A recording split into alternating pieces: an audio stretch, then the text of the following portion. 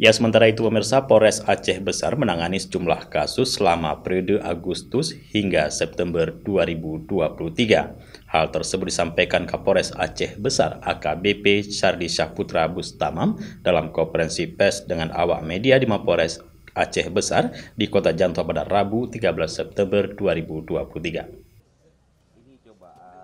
Usai pemaparan kasus pengembalian dana studi banding sejumlah kecil di Kecamatan Lunga, Kapolres Aceh Besar AKBP Syardi Syahputra Bustamam menyampaikan pihaknya juga telah menangani sejumlah kasus lain dalam periode Agustus-September 2023, di antaranya kasus peredaran narkotika hingga judi online.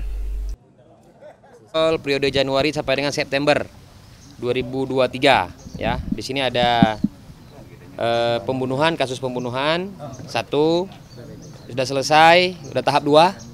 Kemudian ada judi online, ada 2 kasus, 1 dalam sidik, 1 yang tahap 2. Kemudian curat ada 1 dalam tahap 2. Kemudian ada penganiayaan berat ada 2, sudah tahap 2 juga. Kemudian illegal logging ada 1, sudah tahap 2.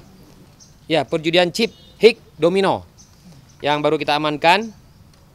Lokasi Desa Lam Lepung, Kecamatan Kuta Cotli, Kabupaten Aceh Besar. Atas nama R, umur 32 tahun, pekerjaan petani.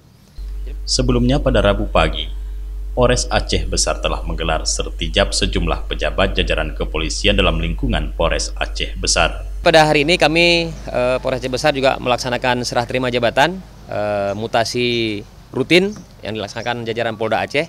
Untuk Polres Aceh Besar ada beberapa pejabat, diantaranya Wakapolres Aceh Besar, kemudian beberapa kabak dan beberapa kapolsek yang melaksanakan serah terima jabatan. Dari Janto Aceh Besar, Tim Liputan Aceh TV melaporkan.